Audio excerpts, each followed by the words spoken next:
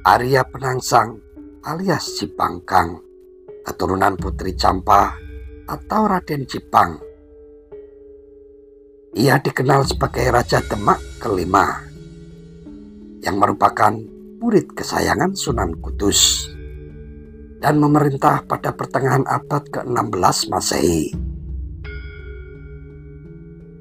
Menurut Serat dan Babat, Arya Penangsang lahir di Lasem, yaitu pada tahun 1505. Merupakan putra pertama Pangeran Surowiyoto atau Raden Kikin, atau sering disebut juga dengan Pangeran Sekar Seto ing Lepen, putra dari Raden Patah, Raja Demak Bintoro pertama. Ibu Raden Kikin adalah cucu dari Sunan Ampel yang bernama Putri Soleha, anak dari pasangan Pangeran Wironegoro, Raja Adipati Lasem, dengan Nyi Ageng Maloha, putri dari Raden Rahmat Sunan Ampel.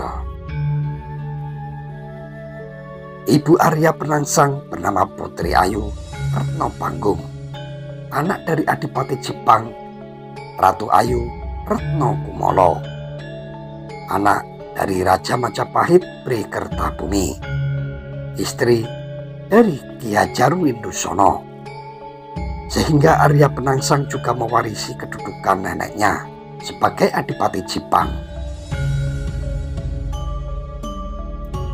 Pada tahun 1521 Masehi, suami dari anak pertama Raden Patah yang bernama Patiunus, orang Portugis menyebutnya Pateunus, dikenal juga sebagai Pangeran Sabranglor, anak dari Adipati Jepara Muhammad Yunus, melakukan penyerangan ke Portugis di Malaka. Patiunus gugur di medan perang. Dikisahkan bahwa Trenggono, adik dari Patiunus, berebut tahta dengan Pangeran Surowiyoto atau Raden Kikin, anak dari Raden Fatah.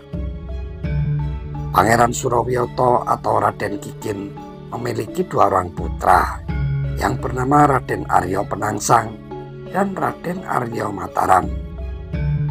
Sedangkan Trenggono memiliki putra pertama bernama Raden Mukmin, atau yang disebut juga sebagai Sunan Prawoto. Raden Mukmin dikisahkan membunuh Raden Kikin sepulang sholat Jumat di tepi sungai Lasem dengan menggunakan keris Kiai Setan Koper, yang membuat Trenggono menjadi Sultan Demak ketiga. Sejak saat itu, Raden Kikin terkenal dengan sebutan Pangeran Sekar Seto ing Lepen. Artinya adalah bunga yang gugur di sungai. Sepeninggal Raden Kikin, Arya Penangsang menggantikan kedudukan ayahnya sebagai Adipati Jipang. Saat itu usianya masih 16 tahun, sehingga pemerintahannya dibantu oleh Patih Matahun. Menurut kitab Kapunggawan Jipang, Jumenengan Arya Penangsang baru dilaksanakan 4 tahun kemudian, yakni pada tahun 1525 Masehi. Saat itu Arya Penangsang berumur 20 tahun. Trenggono naik tahta di Kerajaan Demak tahun 1521. Pemerintahannya berakhir saat dia gugur di Panarukan, Situbondo, pada tahun 1546 saat mencoba kembali menyerang Portugis, meneruskan perjuangan Patiunus. Raden Mukmin menggantikan sebagai raja keempat yang bergelar Sunan Prawoto.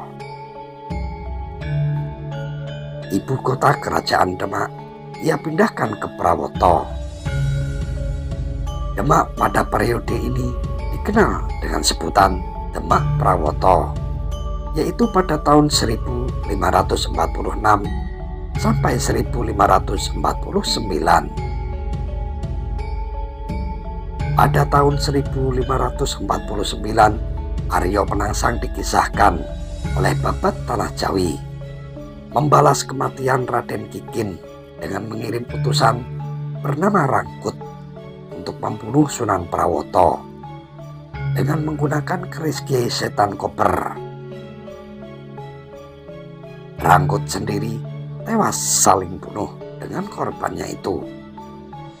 Setelah kematian Sunan Prawoto, Arya Penangsang menjadi penguasa Demak sebagai Sultan Demak kelima. Ibu kota kerajaan Demak ia pindahkan ke Jipang. Periode ini dikenal dengan sebutan Demak Jipang, yaitu pada tahun 1549 sampai 1554. Pada tahun 1554, Arya Penangsang berhasil dibunuh oleh pasukan utusan Adipati Pajang. Dengan gugurnya Raden Arya Penangsang, maka roboh pulalah kekuasaan Kesultanan Demak. Lalu berdirilah Kerajaan Pajang. Dikisahkan oleh Babat Tanah Jawi dalam perjalanan pulang ke Pajang, rombongan Adiwijoyo Pajang, Joko Tingkir singgah ke Gunung Danaraja, yaitu tempat Ratu Kalinyamat menyendiri setelah kematian Sunan Prawoto dan suaminya, yaitu Pangeran Hadirin. Ratu Kalinyamat mendesak Joko Tingkir agar segera membunuh Arya Penangsang, sebab dirinya yang mengaku sebagai pewaris tahta Sunan Prawoto berjanji akan menyerahkan Demak dan Jepara jika Tingkir menang. Joko Tingkir segan memerangi Arya Penangsang secara langsung karena merasa dirinya hanya sebagai mantu keluarga Demak. Maka diumumkanlah sayembara. Barang siapa dapat membunuh Arya Penangsang tersebut akan memperoleh hadiah, yaitu berupa tanah pati dan alas Mentaok yang akan menjadi wilayah Mataram nantinya. Orang tua angkat Joko Tingkir, yaitu Ki Ageng Pemanahan, dan sahabatnya yaitu Ki Panjawi, dibimbing oleh Ki Juru Martani untuk mendaftar sayembara tersebut. Putra kandung Ki Ageng Pemanahan yang bernama Danang Sutawijoyo juga ikut mendaftar dalam sayembara dengan bekal tombak Kiai Pleret dari Joko Tingkir. Dikisahkan dalam Babat Tanah Jawi, ketika pasukan Pajang datang menyerang kota raja Jipang, saat itu Raden Arya Penangsang sedang akan berbuka puasa setelah keberhasilannya berpuasa 40 hari. Surat tantangan atas nama Hadiwijoyo membuat tidak mampu menahan emosi. Apalagi surat tantangan itu dibawa oleh pekatiknya, yaitu pemelihara kuda, yang sebelumnya sudah dipotong telinganya oleh Ki Ageng Pemanahan dan Ki Panjawi. Meskipun sudah disabarkan oleh adik Arya Penangsang, yaitu Arya Mataram, Raden Arya Penangsang tetap berangkat ke medan perang dengan menaiki kuda jantan yang bernama Gagak Rimang. Kuda Gagak Rimang dengan penuh nafsu mengejar Sutawijoyo yang mengendarai kuda betina. Perang antara pasukan Pajang dan Jipang terjadi di dekat Bengawan Sore. Dalam perang tersebut, perut Arya Penangsang robek terkena tombak Kiai Pleret milik Danang Sutawijoyo. Meskipun demikian, kesaktian yang dimiliki oleh Arya Penangsang membuatnya tetap bertahan. Ususnya yang terburai lalu dililitkannya pada gagang keris yang terselip di pinggangnya.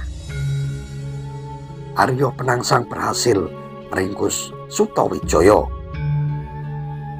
Saat mencabut keris Setan Koper untuk membunuh anak kecil yang bernama Sutawijoyo itu, usus Arya Penangsang malah terpotong sehingga menyebabkan kematiannya. Dalam pertempuran ini, Ki Matahun, Patih Jipang, juga tewas. Sedangkan Arya Mataram dan istrinya serta beberapa kerabat berhasil meloloskan diri ke Palembang.